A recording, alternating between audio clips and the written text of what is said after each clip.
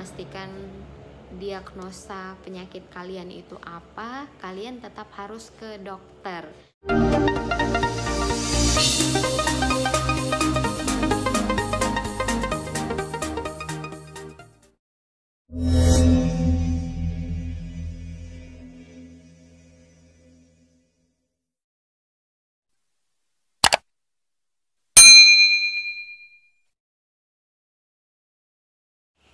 Halo guys, welcome back to my YouTube channel. Kembali lagi bersama saya Maida Elizabeth. Oh ya guys, sebelum memulai video ini, tolong jangan lupa subscribe. Ingat ya, subscribe itu gratis, dan gratis. Jadi jangan lupa subscribe. Dan ingat juga untuk memencet tombol lonceng agar kalian tidak ketinggalan akan video-video yang akan saya upload. Oke guys, jangan berlama-lama, mari kita mulai videonya. Oke guys, di sini saya akan bercerita tentang benjolan pada ketiak.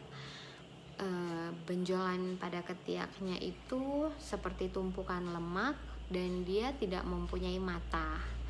Oke, setelah itu penyakit apakah ini? Gitu. Jadi nama penyakitnya ini adalah Mamae abrans, atau orang awam menyebutnya penyakit payudara tambahan. Apakah arti dari penyakit Mamae abrans ini? Mamae abrans adalah terdapatnya kelenjar atau jaringan payudara tambahan selain payudara normal. Biasanya benjolannya itu tidak mempunyai mata atau tidak mempunyai puting. Jadi dia itu seperti tumpukan lemak yang berisi kelenjar. Dan biasanya dia itu terletak pada garis midline seperti ini. Terus apakah penyebab dari penyakit payudara tambahan ini atau Mamae abrans ini? Penyakit ini itu untuk penyebabnya apa belum diketahui secara pasti. Tetapi banyak penelitian yang menyatakan bahwa kondisi ini disebabkan oleh genetik. Jadi penyakit ini itu sebetulnya sudah ada pada saat kita itu masih di dalam kandungan. Jadi, ataupun nama lainnya disebut dengan proses embriogenesis. Terus, penyakit ini itu sebetulnya bisa diturunkan. Kalau contohnya orang tuanya mempunyai penyakit Mamae abrans ini, tidak menutup kemungkinan bahwa anaknya pun akan menderita penyakit Mamae abrans ini atau penyakit payudara tambahan ini. Terus kita cerita tentang letaknya. Letak benjolan ini paling sering itu terdapat di ketiak sebelah kanan atau di ketiak sebelah kiri, dan bisa juga di bawah dada. Tapi dia harus segaris sama yang tadi, garis midline yang saya sebutkan tadi. Terus benjolan ini biasanya bisa ukurannya itu semakin lama semakin bertambah besar. Awalnya terkena pada gadis ataupun pada ibu hamil. Mamae abrans ini biasanya benjolannya itu kan tidak mempunyai mata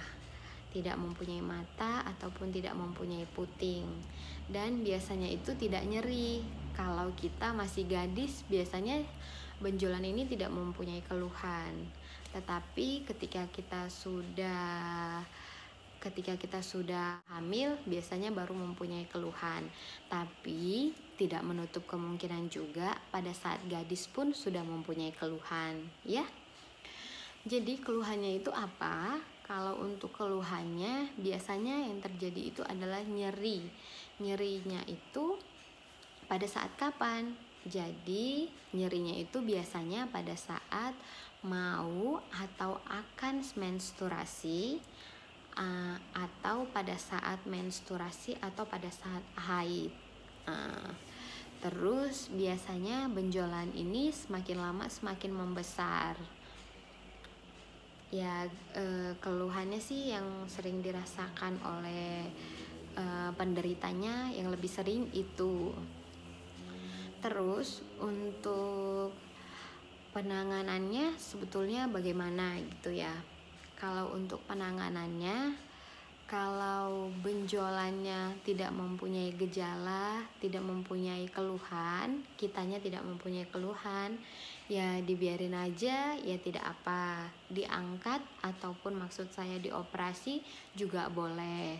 Tapi kalau menurut saya sendiri, ketika kita perempuan sudah mempunyai benjolan pada daerah tubuh ya yang di sebelah manapun, ada baiknya diangkat, jangan dibiarin lama-lama.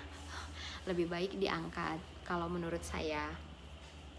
Terus setelah itu kita lanjut lagi penanganan, cerita tentang penanganan mamai aberans ini. Kalau sudah mempunyai keluhan seperti yang tadi, dia semakin nyeri pada saat menstruasi atau saat haid, terus dia semakin membesar, terus kita merasa terganggu dengan adanya benjolan ini, merasa tidak nyaman gitu ya, sebetulnya itu lebih baik sih dioperasi, dan memang harusnya dioperasi. Kalau sudah mempunyai keluhan seperti itu, lebih bagus dioperasi.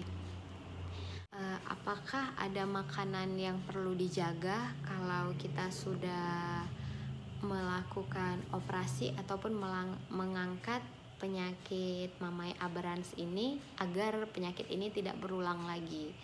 Kalau untuk makanan sebetulnya tidak ada yang perlu dijaga, tetapi ingatlah harus tetap makan makanan yang sehat dan yang bergizi.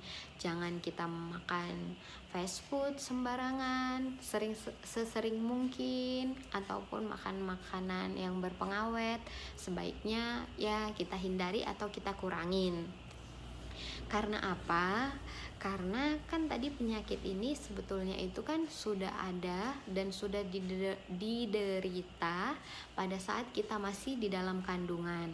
Pada saat kita masih dalam proses embriogenesis, penyakit ini sudah ada. Jadi kalau untuk dibilang makanan yang harus dijaga sebetulnya tidak ada. Tetapi ingat, harus tetap makan makanan sehat dan bergizi. Kalau bisa yang pengawet dikurangin atau jangan dimakan.